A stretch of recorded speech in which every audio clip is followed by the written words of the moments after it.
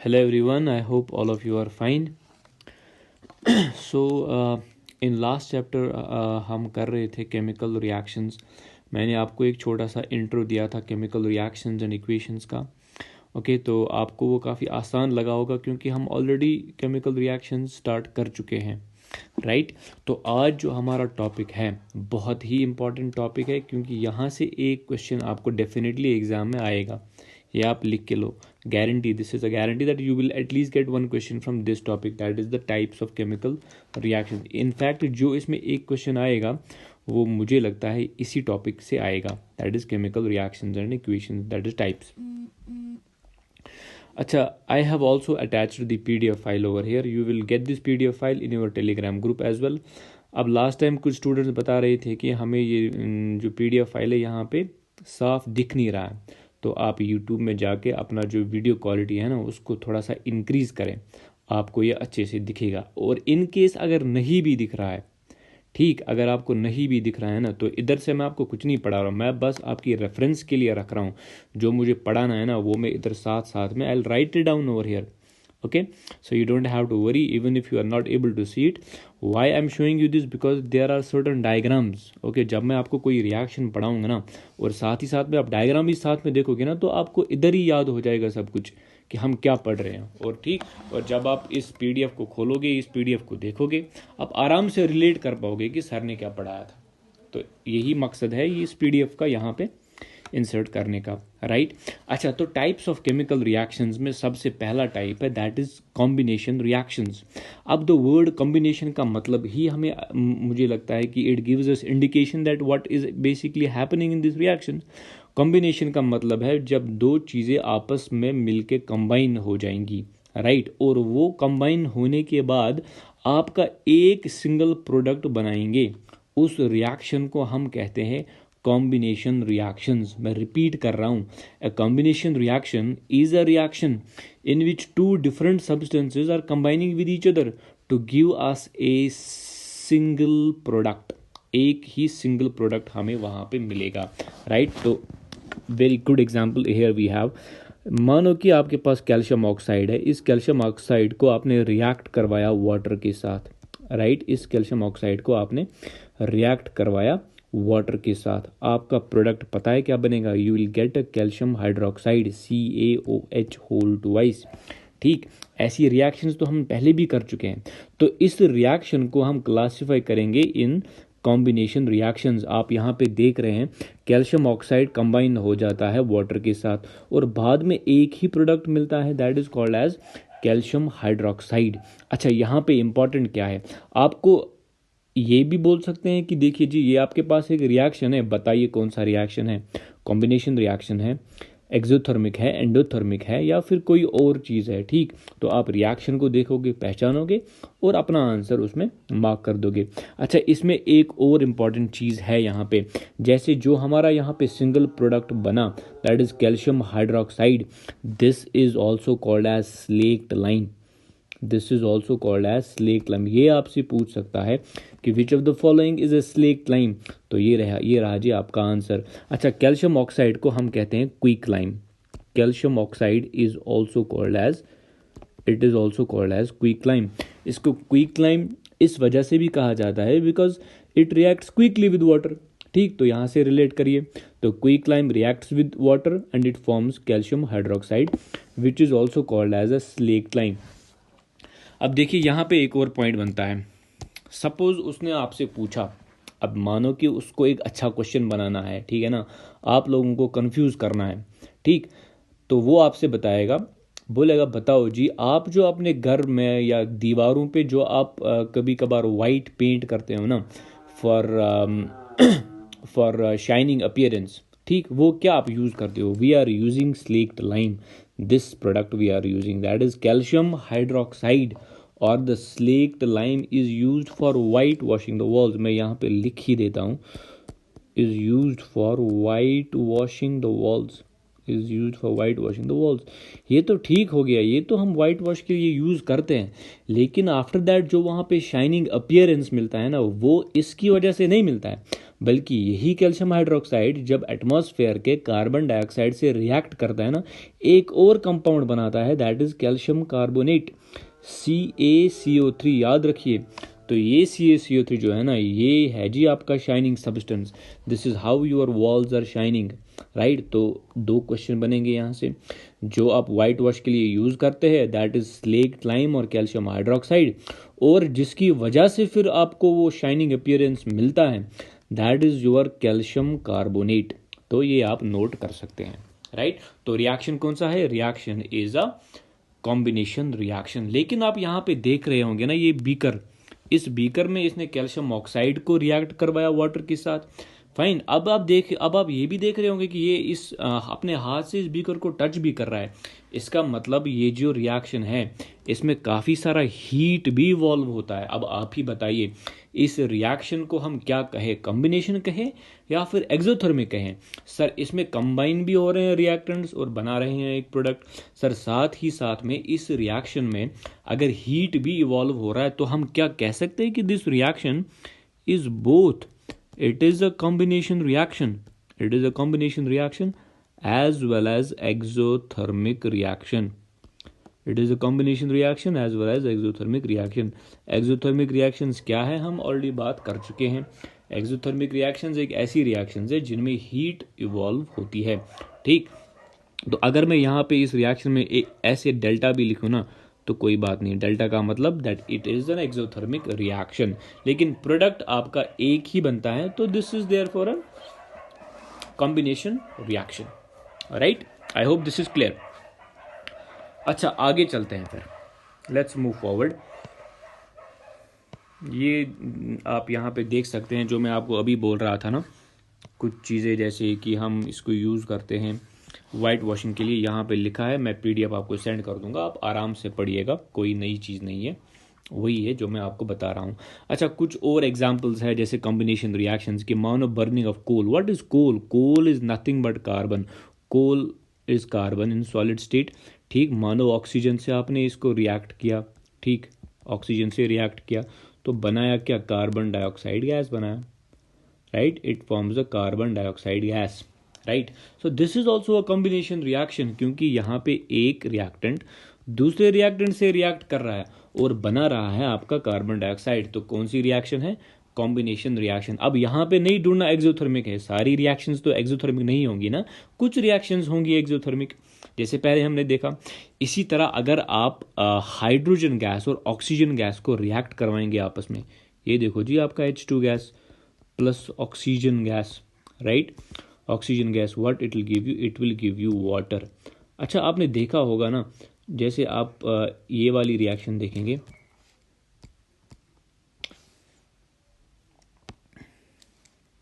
यहाँ पे लिखूंगा मैं, it will give us water, okay, it will give us water. तो यहाँ भी कंबाइन हो रहा है हाइड्रोजन गैस ऑक्सीजन के साथ और बना रहा है आपका वाटर, तो ये भी कॉम्बिनेशन रिएक्शन से। यहाँ पे कंफ्यूज नहीं होना, जैसे इधर लिखा है 2 times H2O gives 2 times water. मैंने जो भी अभी तक रिएक्शन लिखी है ना उसको अनबैलेंस लिखी है, मतलब मैंने किसी भी रिएक्शन को बैलेंस नहीं किया है।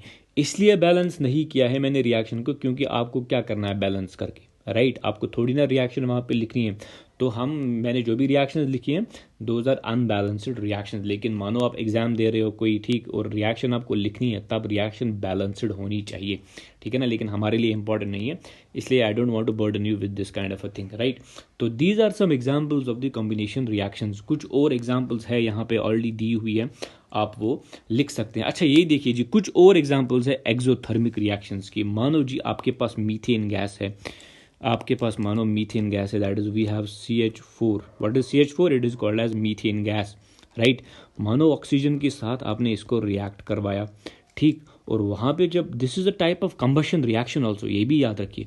ये जो अभी हम रिएक्शन कर रहे हैं ना CH4 प्लस ऑक्सीजन, यहाँ पे हमें मिलेगा कार्बन डाइऑक्साइड, ओके, और मिलेगा जी हमें यहाँ पे water, carbon dioxide plus water भी मिलेगा यहाँ पे, ठीक। तो this reaction gives us a lot of heat, therefore this reaction is exothermic reaction. This reaction is therefore exothermic reaction. इसको याद रखना है, क्योंकि कोई भी रिएक्शन होगी ना, आपको कैसे पता चलेगा कि वो एक्सोथर्मिक है? आप थोड़ी ना लैब में रिएक्शन करोगे, आप थोड़ी ना फिर देखोगे हीट इवॉल्व हुआ कि नहीं। इसको थोड़ा आप ना स्टार बना के रखिए कि this reaction is exothermic in nature, right. तो ये एग्जाम्पल इंपॉर्टेंट बन जाती हैं उस लिहाज से। ओके, तो दीज आर सम एग्जाम्पल। क्या आपको ये भी पता है कि जो रेस्पिरेशन प्रोसेस होता है ना, जो रेस्पिरेशन प्रोसेस होता है वो भी एक किस्म का, एक तरीके का जो आपका रिएक्शन है, that is also a type of exothermic reaction.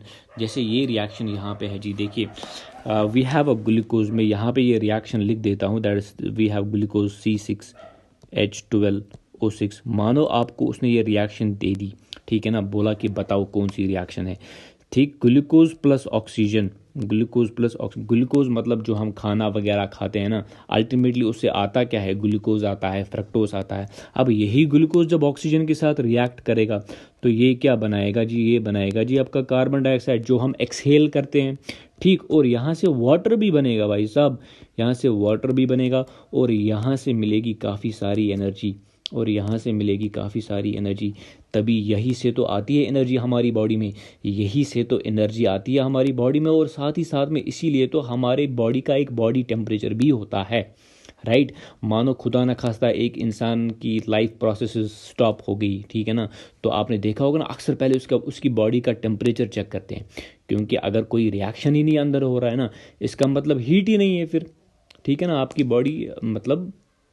Okay, so you understood it. So therefore this reaction is also very important. This is your glucose, right? This is your glucose, and it reacts with oxygen, forms carbon dioxide and water. This is an example of respiration. यही reaction होता है जी आपका respiration में, ठीक।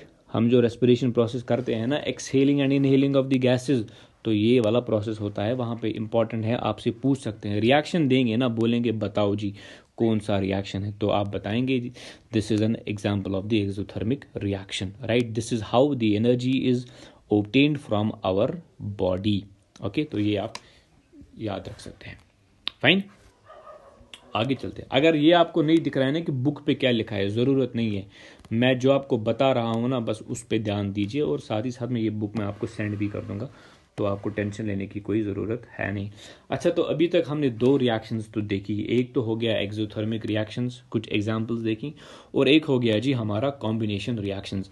अब है जी हमारा दूसरा type, that is decomposition reactions. Very very important, another type is decomposition reactions.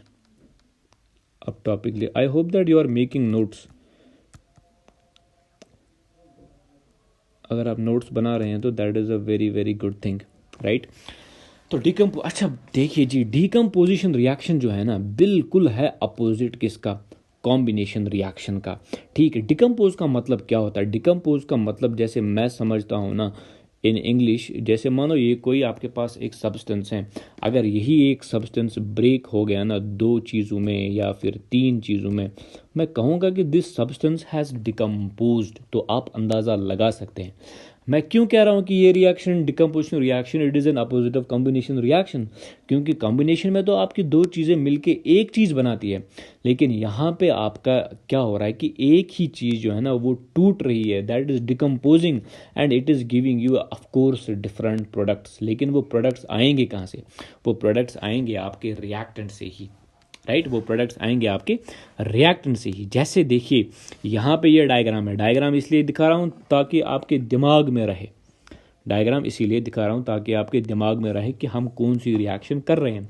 देखिए जी, ये एक लड़की है, यहाँ पे ही is holding a test tube in her hand, and in the test tube there is ferrous sulphate, ठीक। मैं यहाँ पर लिख देता हूँ, in the test tube there is ferrous sulphate, okay. अब इस फेरस सल्फेट को अभी हीट कर रही है टेस्ट ट्यूब में, right. And after some time what she is observing is that she is seeing that some kind of a smell is coming out of it. अब smell कहाँ से आएगी, स्मेल तो तभी आएगी ना, इसका मतलब ये फेरस सल्फेट जो है ना ये टूट रहा है, और टूट के पता है क्या दे रहा है, एक तो दे रहा है आपका सल्फर डाइऑक्साइड गैस SO2, याद रखिए सल्फर डाइऑक्साइड गैस दे रहा है, और दे रहा है जी आपका सल्फर ट्राइऑक्साइड गैस SO3, और एक और कंपाउंड दे रहा है that is ferric oxide Fe2O3 भी दे रहा है, Fe2O3 भी दे रहा है, right? It is also giving you what we call as the Fe2O3. This is called as ferric oxide. आप नाम लिख सकते हैं, वैसे यहाँ पे ऑलरेडी नाम लिखा हुआ है. ठीक, यहाँ पे हीट दे रहा है इसको, तभी ये रिएक्शन हो रही है. Decomposition reaction is a reaction in which one single reactant decomposes into various products. अब यहाँ पे देखिए ना, रिएक्टेंट साइड हमारे पास तो एक ही सब्सटेंस था, दैट इज फेरस सल्फेट. अब जो ही हमने इसको हीट किया, it has broken down into certain substances like SO2 gas, SO3 gas and ferric oxide. याद रखिए, ferric oxide is not a gas, it is solid, but sulfur dioxide is a gas, sulfur trioxide is a gas. ये आपको याद रखना है यहाँ पे, right? यहाँ पे एक और चीज़ आपको देखने को मिलेगी, फेरस सल्फेट. याद करिए, मैंने इससे पहले भी बोला था, ferrous sulphate is green in colour. बोला है कि नहीं बोला है, मैं यही बता रहा हूँ आपको. ये दो यूनिट्स जो हम पढ़ रहे हैं ना, आपस में रिलेटेड है, आपस में ये दोनों रिलेटेड है. एक समझ आ गया आपको तो दूसरा आपको बिल्कुल आसान लगेगा. तो फेरस सल्फेट मैंने आपको रिसेंटली बताया, अगर कोई केमिकल रिएक्शन हो रहा है ना, तो उसमें कलर चेंज भी हो सकता है. यहाँ पे भी कलर चेंज हो रहा है, फेरस सल्फेट का कलर इसमें चेंज हो रहा है. इसका मतलब रिएक्शन इज हैपनिंग, राइट? इसका मतलब रिएक्शन इज हैपनिंग. एक और बात आप याद रख सकते हैं, एक और बात आप याद रख सकते हैं, वो है कि जैसे ये फेरस सल्फेट है ना, usually it exists as like this FeSO4 7 times H2O, right? ज़्यादा डीप नहीं बोलूँगा इसमें. FeSO4 7 times H2O का मतलब है, ये जो आप इसमें देख रहे हैं ना water molecule, this is called as water of crystallisation. This is called as water of, इससे हुआ कुछ नहीं, ये है भी अभी फेरस सल्फेट ही, फाइन. इसको बोलते हैं water of crystallisation, water of crystallisation बोलते हैं इसको, राइट? जो आपने कॉपर सल्फेट देखा था ना ब्लू कलर का, उसमें भी कुछ होता है वाटर मॉलिक्यूल्स. तो इस वाटर को क्या बोलते हैं, जो इस एक कंपाउंड के साथ में होता है ना, इसको बोलते हैं वाटर ऑफ क्रिस्टलाइजेशन. और जो ही आप इसको हीट करेंगे ना, तो ये वाटर ऑफ क्रिस्टलाइजेशन क्या करेगा, ये इधर से बाहर निकलेगा, राइट? जो ही आप ऐसे कंपाउंड्स को हीट करोगे ना, तो ये जो है ना, इसके साथ water molecules they will come out, right? They will get evaporated. तो ये चीज़ें जी आपको याद रखनी है. Decomposition reaction is a reaction in which a single reactant breaks down into various products. Decompose होता है. अब इसका अपोजिट क्या है? अब इसका अपोजिट है जब दो रिएक्टेंट्स या दो से ज़्यादा रिएक्टेंट्स आपस में रिएक्ट करेंगे, बनाएंगे खाली एक ही प्रोडक्ट, बनाएंगे खाली एक ही प्रोडक्ट. तो उस रिएक्शन को हम क्या बोलेंगे, that will be called as a combination reaction. तो इसीलिए बता रहा हूँ मैं आपको, इसीलिए बता रहा हूँ मैं आपको, मैं ये बता रहा हूँ आपको कि जो हमारा डिकम्पोजिशन रिएक्शन है, इसमें एक ही सब्सटेंस, इसमें एक ही सब्सटेंस डिकम्पोज होके कुछ 2 या 3 रिएक्टेंट्स या सॉरी प्रोडक्ट्स में वहाँ पे हमें मिलते हैं, राइट? ओके, यहाँ तक तो क्लियर है ना, राइट? तो डायग्राम में आपको साथ साथ पे दिखा रहा हूँ सो दैट कि आपको समझ आए कि हम क्या पढ़ रहे हैं. अच्छा देखिए जी, एक और रिएक्शन है, important reaction. This is also a decomposition reaction. आप ये मानो कि जैसे हमारे पास कैल्शियम कार्बोनेट है, वैसे अभी ये रिएक्शन, जैसे ये आपके पास कैल्शियम कार्बोनेट है, ठीक? कैल्शियम कार्बोनेट को बोलते हैं लाइमस्टोन. ये चीज़ें याद रखिए, इंपॉर्टेंट है. आपसे डायरेक्टली पूछेगा which of the following is called as limestone. Calcium carbonate को मानो हीट किया, आपको समझ जाना चाहिए कि इस रिएक्शन में क्या होगा. कैल्शियम कार्बोनेट को हीट कर रहे हैं ना, खाली एक ही तो है यहाँ पे हमारा रिएक्टेंट. तो जब हीट किया, it will decompose into calcium oxide plus carbon dioxide gas, right? Calcium oxide, and यहाँ पे क्या बना, यहाँ पे बना आपका क्विकलाइम. अभी बताया था ऊपर, भूल गए हो शायद, राइट? तो कैल्शियम कार्बोनेट का डिकम्पोज होना is also an example of decomposition reaction. तो अगर वो आपको एक रिएक्शन दे रहा है ना, बोल रहा है बताओ जी क्या हो रहा है, तो आपको तो आइडेंटिफाई आराम से आप कर सकते हो कि ये इसमें कौन सा रिएक्शन हो रहा है. So therefore calcium carbonate is an example, decomposition of the calcium carbonate is an example of decomposition reaction, right? decomposition reaction. अब यहाँ पे एक बहुत ही इंपॉर्टेंट रिएक्शन है, राइट? बहुत ही, अगर एग्जामिनर होगा ना तो वो यही रिएक्शन देगा आपको, ठीक? इसमें कंफ्यूज होने वाली बात तो है नहीं, बट बट मानो कि वो चाहता है कि नहीं मैं ये वाली रिएक्शन दूं। अभी मैं बताऊंगा आपको कि इस रिएक्शन में क्या खास बात है, right. This reaction is decomposition of the lead nitrate. This reaction is the decomposition of lead nitrate. इस रिएक्शन को ध्यान से पढ़िए, राइट। ये मैं इधर मार्क करके रखता हूँ। This is your reaction. अब देखिए जी, पहले तो हम लेड नाइट्रेट का फॉर्मूला लिखेंगे। This is PbNO3 whole twice. ये रहा जी आपका लेड नाइट्रेट। मानो जैसे नमक होता है ना, नमक की तरह ही एक किस्म का सॉल्ट होता है, राइट। सॉलिड स्टेट में होता है। और जो ही आप इसको टेस्ट ट्यूब में रखोगे ना और फिर टेस्ट ट्यूब में इसको हीट करोगे, अभी आप देख रहे थे ना एक लड़की जो हीट कर रही थी टेस्ट ट्यूब को, बिल्कुल वैसे ही जी, बिल्कुल वैसे ही एक लड़की ने एक सैंपल लिया लेड नाइट्रेट का और इसको वो हीट कर रही है। अब थोड़ी देर वेट किया ना, अब उसने क्या देखा, अब उसने देखा कि इधर से तो कुछ ब्राउन फ्यूम्स आ रहे हैं। See you will be able to see the brown fumes. वो ब्राउन फ्यूम्स आपके होंगे जी NO2 गैस के। अगर NO2 गैस आया ना, आप समझ सकते हैं भाई ये NO2 गैस आ रहा है खाली इधर से। NO2 गैस यहाँ पे मैं लिख के रखूँगा ब्राउन फ्यूम्स, ब्राउन फ्यूम्स, ठीक।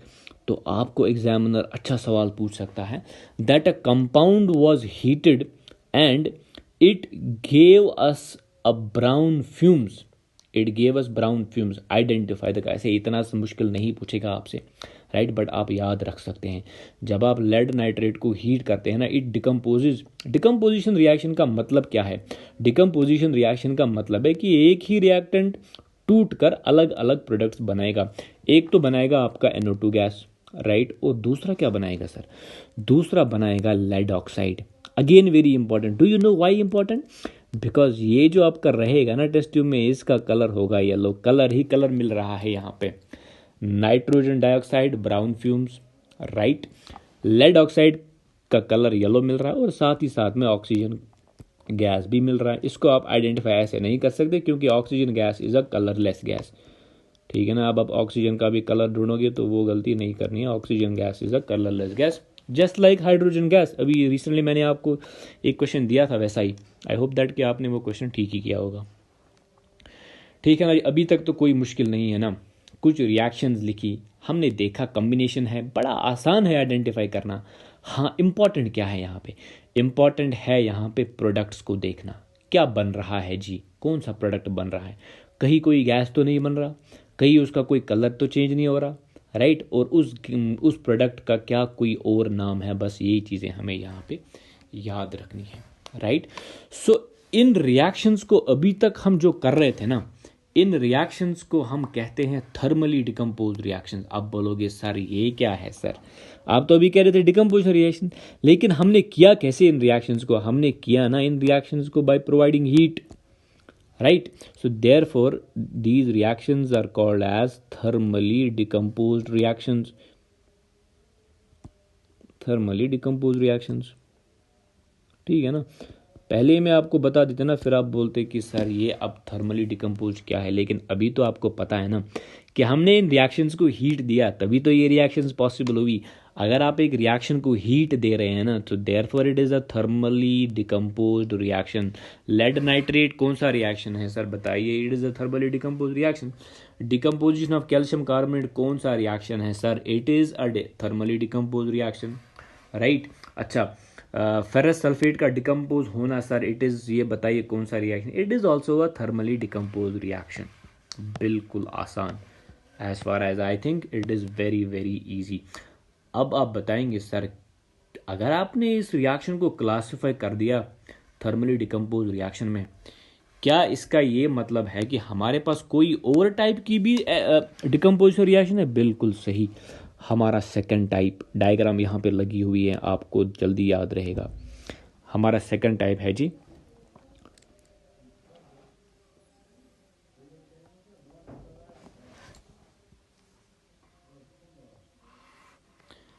Just give me 1 second.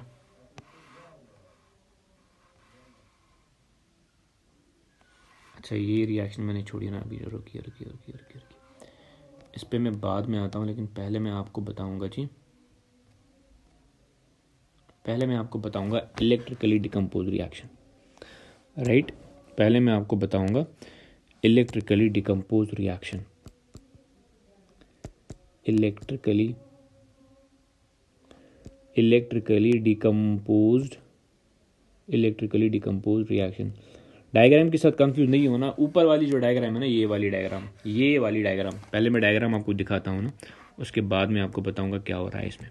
ठीक, अब जैसे हमने अभी देखा ना, जैसे कि थर्मली डिकम्पोज रिएक्शन है, इसी तरह अगर हम इलेक्ट्रिसिटी यूज़ करेंगे ना किसी कंपाउंड को ब्रेक करने के लिए, किसी कंपाउंड को डिकम्पोज करने के लिए, तो वो बन जाता है जी आपका इलेक्ट्रिकली डिकम्पोज रिएक्शन। डिपेंड करता है ना, आप अगर हीट यूज़ करते हो तो इलेक्ट्रिकली डिकम्पोज, आप अगर इलेक्ट्रिसिटी से डिकम्पोज करते हो तो इलेक्ट्रिकली डिकम्पोज, आप अगर सनलाइट की मदद से किसी कंपाउंड को डिकम्पोज करते हो, क्या ऐसा होता है कि सनलाइट से भी कोई कंपाउंड डिकम्पोज होगा? एब्सोल्युटली, ऐसा भी होता है। Those reactions are called as photo induced reactions.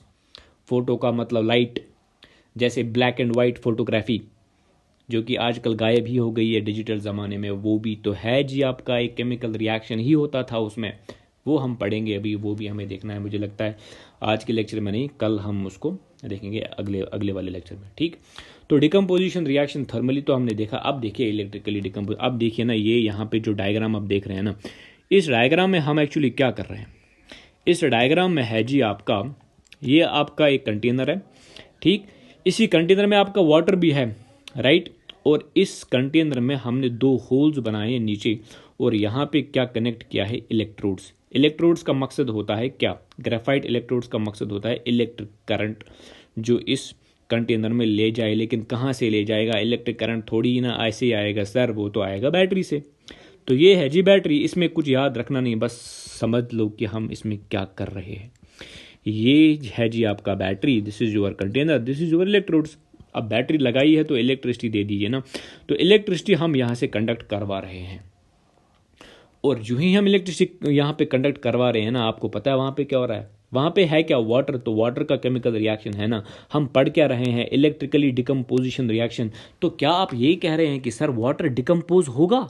Exactly yes, water is going to get decomposed, water is going to get decomposed. ज़रा सर रिएक्शन बताइए, सर रिएक्शन बताइए ना कि होगा क्या। मैं बताऊंगा जी, ये रहा आपका वाटर, ठीक है ना, वाटर में आपने इलेक्ट्रिक करंट पास की, राइट, वाटर में आपने ईसी में लिख रहा हूँ, ईसी का मतलब इलेक्ट्रिक करंट पास की, राइट, वहाँ पे आपको मिल रहा है हाइड्रोजन गैस एंड आपको मिल रहा है ऑक्सीजन गैस। अब बताइए ये डिकम्पोजिशन रिएक्शन हुआ कि नहीं हुआ? वाटर है हमारे पास, एक ही तो है सब्सटेंस, इलेक्ट्रिकली डिकम्पोज किया, बना क्या, हाइड्रोजन गैस बना, ऑक्सीजन गैस बना। डिकम्पोजिशन रिएक्शन है कि नहीं है? लेकिन किया किसकी मदद से? इलेक्ट्रिसिटी की मदद से किया, इसीलिए इस रिएक्शन को बोलेंगे इलेक्ट्रिकली डिकम्पोज रिएक्शन। आपको पता है कल क्या पूछेगा क्वेश्चन, आपको बताएगा जी, ये देखो जी, आपको बताएगा ऐसे, बताएगा ये एक रिएक्शन है, दिस इज योर H2O, ठीक है ना, H2O को डिकम्पोज किया, बनाया H2 गैस और बनाया ऑक्सीजन गैस। अब बताओ सिर्फ इतना, हम आपको यही से बता रहे हैं डिकम्पोजिशन रिएक्शन है, लेकिन बताओ कैसे कर रहे हो। Option A thermally decompose, option B electrically decompose, option C photo decompose reaction. आपका आंसर क्या होना चाहिए? आपका आंसर होना चाहिए it is electrically decomposed reaction. Very simple, it is an electrically decomposed reaction. अच्छा, तीसरा टाइप, ठीक है ना, अभी तक 2 टाइप्स पढ़े, एक तो हो गया जी थर्मली डिकम्पोज्ड, दूसरा हो गया जी आपका इलेक्ट्रिकली डिकम्पोज, तीसरा हो गया फोटो इंड्यूस्ड डिकम्पोजिशन रिएक्शन। ठीक, photo induced decomposition reaction. Diagram देखिए ना, डायग्राम क्यों लगाई है यहाँ पे, ताकि आपको याद रहे। ये है जी चाइना डिश को मारो गोली, हमें क्या करना है, चाइना डिश में है सिल्वर क्लोराइड का मतलब ऐसे AgCl, this is your silver chloride, fine. अब कुछ देर में सनलाइट में एक्सपोज करोगे ना, ऊपर लिखा है मैंने HNu का मतलब होता है सनलाइट, HNu का मतलब होता है सनलाइट। याद रहता है तो ठीक, नहीं रहता है तो कोई बात नहीं। सिल्वर क्लोराइड को बाहर रखा सनलाइट में, ये देखो जी खिड़की मैंने खोली है, सनलाइट आ रही है, धूप की किरणें आ रही है, राइट। अब जब धूप की किरणें आ रही है ना, तो थोड़ी देर में वहां बैठा हूं, देख रहा हूं इस सिल्वर क्लोराइड को, और आफ्टर सम टाइम देख रहा हूँ कि भाई इसका तो कलर चेंज हो रहा है, ये क्या हो रहा है, it is turning grey, right. लेकिन हो क्या रहा है sir, it is actually decomposing. हमने देखा तो हमने ये पाया कि इधर आपका सिल्वर अलग हो रहा है और इधर आपका क्लोरीन गैस भी मिल रहा है, इधर आपका क्लोरीन गैस भी मिल रहा है, ठीक। इधर आप HNU के बदले सनलाइट भी लिख सकते हैं, जैसे इसने यहाँ पे लिखा हुआ है, राइट। तो ये कौन सा रिएक्शन है भाई, ये है जी आपका फोटो इंड्यूस्ड रिएक्शन। फोटो का मतलब लाइट। आपने क्या हीट दिया, नहीं। आपने क्या इस रिएक्शन को इलेक्ट्रिसिटी दी, नहीं सर। हमने इस रिएक्शन को किया लाइट की मदद से, हमने इस रिएक्शन को किया लाइट की मदद से। तो अगर आपका सिल्वर क्लोराइड है, बहुत ही इंपॉर्टेंट रिएक्शन है, ठीक है ना। अगर आपके पास सिल्वर क्लोराइड है, ये सिल्वर क्लोराइड अगर आप इसको एक्सपोज करेंगे सनलाइट में कुछ देर के लिए, सिल्वर अलग हो जाएगा और क्लोरीन गैस अलग हो जाएगा, ठीक है ना। सिल्वर अलग हो जाएगा और क्लोरीन गैस अलग हो जाएगा, राइट। और इसको कहते हैं हम photo induced decomposition reaction, right. Silver bromide के साथ भी यही होता है, तो कंफ्यूज होने की जरूरत नहीं है। अगर आप किसी बुक में देखेंगे सिल्वर ब्रोमाइड, जैसे यहाँ पे भी एग्जांपल तो दी हुई है ना, वैसे ये देखो जी एग्जांपल यहाँ पे दी हुई है, silver bromide same reaction, AgBr sunlight में आप एक्सपोज करो, सिल्वर और ब्रोमीन गैस मिलेगा। और यही रिएक्शन हम यूज़ करते हैं कहाँ पे, ब्लैक एंड वाइट फोटोग्राफी में। आपसे ये भी पूछ सकता है कि बताओ कौन सी रिएक्शन आप यूज़ करते हो जी, ब्लैक एंड वाइट फोटोग्राफी में हम यूज़ करते हैं इस रिएक्शन को। है हो क्या रहा है, डिकम्पोजिशन रिएक्शन हो रहा है, और बताओ कुछ, फोटो डिकम्पोजिशन रिएक्शन हो रहा है, क्योंकि लाइट की मदद से हो रहा है ना। So therefore we are calling it as a decomposition reaction, right? Okay. अच्छा, एक और इम्पॉर्टेंट पॉइंट है यहाँ पे, इस PDF को आप अच्छे से पढ़ना, क्योंकि ऐसा हो सकता है ना कि कोई पॉइंट मुझे याद ना रहे जो मैंने डिस्कस ना किया, तो इसको आप बिल्कुल ना, मतलब एक एक लाइन इस बुक की आप पढ़ना, इतना सफिशेंट है इन 2 चैप्टर्स के लिए। इसके अलावा कुछ भी पढ़ने की ज़रूरत नहीं, गारंटी, कुछ भी पढ़ने की ज़रूरत नहीं है। It has much more than sufficient information. अच्छा, क्या आपने एक चीज़ रियलाइज़ की, चाहे थर्मली डिकम्पोजिशन रिएक्शन हो, या फिर फोटोकेमिकल या फिर फोटो इंड्यूस रिएक्शन हो, या फिर इलेक्ट्रिकली डिकम्पोजिशन रिएक्शन हो, हमने इन रिएक्शंस को एनर्जी यही से प्रोवाइड की, हमने इन सारी रिएक्शंस को यही से एनर्जी प्रोवाइड की। क्या हम ये नहीं कह सकते sir these are endothermic reactions, these are endothermic reactions. हमने देखा था इससे पहले एक्सोथर्मिक, वो रिएक्शंस होने के बाद वही से हीट जनरेट करते थे, लेकिन इनको हीट देना पड़ा, इनको एनर्जी देनी पड़ी, चाहे हीट की फॉर्म में, चाहे इलेक्ट्रिसिटी की फॉर्म में, या फिर सनलाइट की फॉर्म में, हमने इनको एनर्जी दी है, राइट। तो इन रिएक्शंस को क्या कहते हैं, इन रिएक्शंस को कहते हैं एंडोथर्मिक रिएक्शंस, ठीक। तो फोटो इंड्यूस रिएक्शंस कौन कौन सी है, सिल्वर क्लोराइड का डिकम्पोज होना, सिल्वर ब्रोमाइड का डिकम्पोज होना, these are the examples of the photo induce reactions, right. बहुत ही इंपॉर्टेंट टॉपिक हमने आज कवर किया है, राइट। इससे एक क्वेश्चन डेफिनेट आपका बनेगा, गारंटी दे रहा हूं मैं। अच्छा, डिस्प्लेसमेंट रिएक्शंस ये करने की जरूरत है नहीं, हमने लास्ट चैप्टर में ये वाला यूनिट कर दिया है। मैं यहाँ पे लिख देता हूँ done, it is already done in metals and non metals, ठीक है ना। रिएक्टिविटी सीरीज भी आपको बताई है, तो आप कृपया करके उस पर ध्यान दें वहां से, राइट।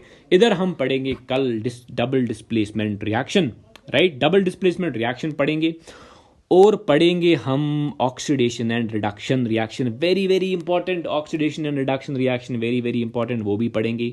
और उसके बाद छोटा सा टॉपिक करोजन, कुछ नहीं, बस 2-3 लाइनें हैं, और रेंचरिटी, ये वाला चैप्टर खत्म, राइट। ये वाला चैप्टर खत्म, तो कोई टेंशन लेने की ज़रूरत ही नहीं। इसके बाद उठाऊंगा फिर ozone layer and its depletion, ठीक है ना जी। तो I hope that today's lecture has been helpful to you. तो आज हमने कुछ रिएक्शंस के बारे में पढ़ा। इन केस आपको टेक्स्ट नहीं दिख रहा, ज़रूरत नहीं, मैंने आपको पहले ही बोल दिया ज़रूरत नहीं टेक्स्ट की। बाकी जो हमने पढ़ा वो देखो, उसको जानो, उसको समझो, ठीक। ये बुक मैं आज आपके टेलीग्राम ग्रुप में सेंड भी कर दूंगा, तो ठीक है ना सर। तो ओके जी, इजाज़त दीजिए। So that is all for today, have a nice day, thank you.